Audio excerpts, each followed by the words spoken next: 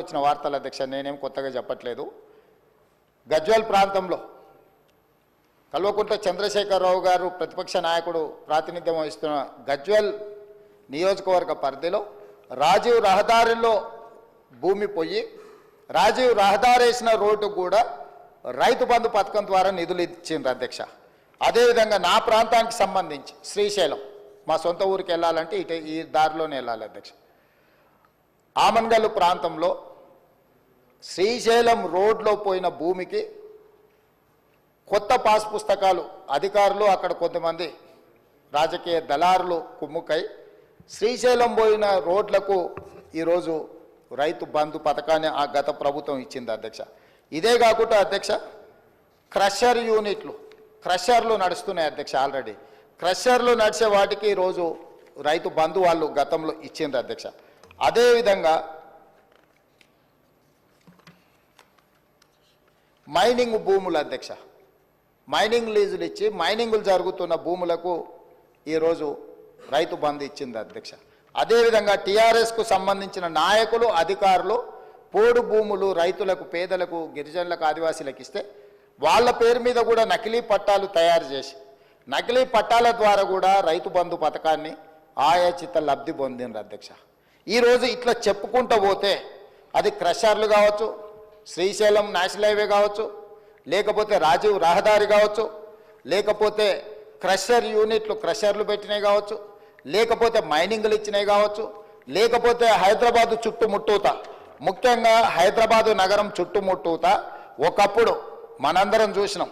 కూరగాయలు పండించేవాళ్ళు, ఆకుకూరలు పండించేవాళ్ళు, వివిధ రకాల ద్రాక్ష తోటలు, చాలా వ్యవసాయం జరిగేది. కానీ ఇవాళ హైదరాబాదు నగరం చుట్టుముట్టూత ఒక 50 కిలోమీటర్ల పరిధిలో 70-80% వ్యవసాయం ఎవరు చేయడం లేదు. రియల్ ఎస్టేట్లుగా మారి, లేఅవుట్లుగా మారి, ప్లాట్లుగా విక్రయించి ఈరోజు మొత్తం వ్యవసాయేతర పనులకు, పరిశ్రమలకు, లేకపోతే ఐటీ కంపెనీలకు, లేకపోతే రియల్ ఎస్టేట్ లేఅవుట్ల కిందనూ మారిపోయినాయి అధ్యక్ష. గత ప్రభుత్వము యావరేజ్గా 2 సీజన్లకు కలిపి ప్రతి సంవత్సరం 3 కోట్ల ఎకరాలకు వాళ్ళు డబ్బులు ఇచ్చుకుంటూ పోయినారు అధ్యక్ష.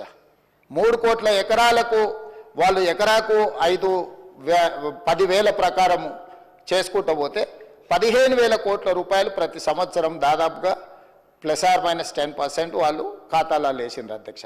అట్లా వాళ్ళు ఇచ్చిన 72,000 కోట్లల్లో 22,000 కోట్ల రూపాయలు జాతీయ రహదారులకు, రియల్ ఎస్టేట్లో ప్లాట్లు అమ్మిన వాళ్లకు, క్రషర్లకు, మైనింగ్లకు, రాళ్లకు, రప్పలకు, కొండలకు, గుట్టలకు దొంగ పాస్ పుస్తకాలు తయారు చేసుకొని అధికారంలో ఉన్నాం కాబట్టి అధికార పార్టీ నాయకుల అనుచరులము, వారి సహచరులము, వారి బంధువులమని వేలాది కోట్ల రూపాయలు కొల్లగొట్టిండ్రు అధ్యక్ష.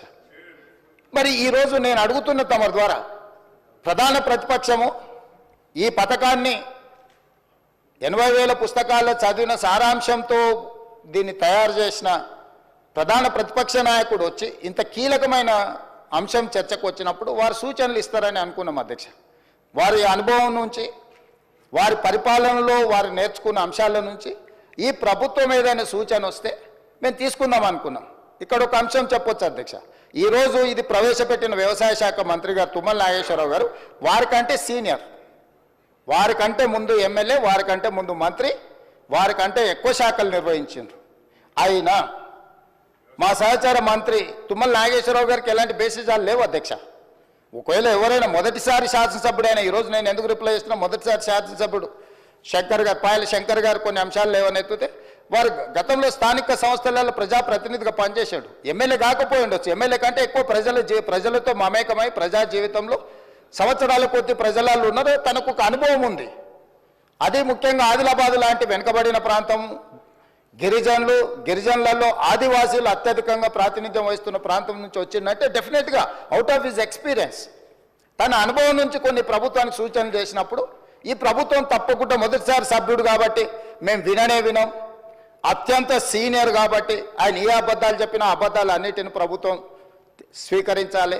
ఇట్లాంటి వాదనలకు ఇక్కడ తావలేదు అధ్యక్ష. తమరి నాయకత్వంలో అంశానికి ప్రాధాన్యత ఉంది, విషయాన్ని క్షుణ్ణంగా పరిశీలించే విధానం ఉంది. ఎవరికి నిజమైన లబ్ధిదారుడికి ఒక్కరికి కూడా అన్యాయం జరగొద్దు, చివరి పేదవాడి వరకు కూడా ప్రభుత్వం యొక్క సంక్షేమం చేరాలనేది మా ప్రభుత్వం యొక్క ఉద్దేశము, లక్ష్యం అధ్యక్ష. ఈ లక్ష్యాన్ని చేరుకునే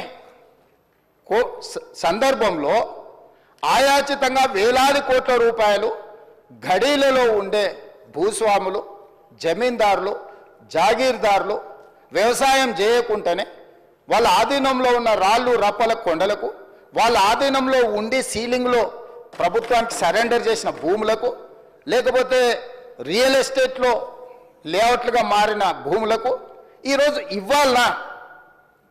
ఈరోజు అంతా ఇంతకుముందు ఆ సభ్యుడు మాట్లాడుతున్నప్పుడు ఇట్లాంటి వాళ్ళందరికీ ఇవ్వాల్సింది మేము ఇచ్చినాం కాబట్టి మీరు ఇవ్వాల్సిందే, మీరు మమ్మల్ని ఆదర్శంగా తీసుకోండి అంటారు అధ్యక్ష. మిమ్మల్ని ఆదర్శంగా తీసుకుంటే ఈడెందుకు కూర్చుంటాం అధ్యక్ష? ఆడ కూర్చుంటాం, ఆ తర్వాత బయటకు వెళ్ళిపోతాం.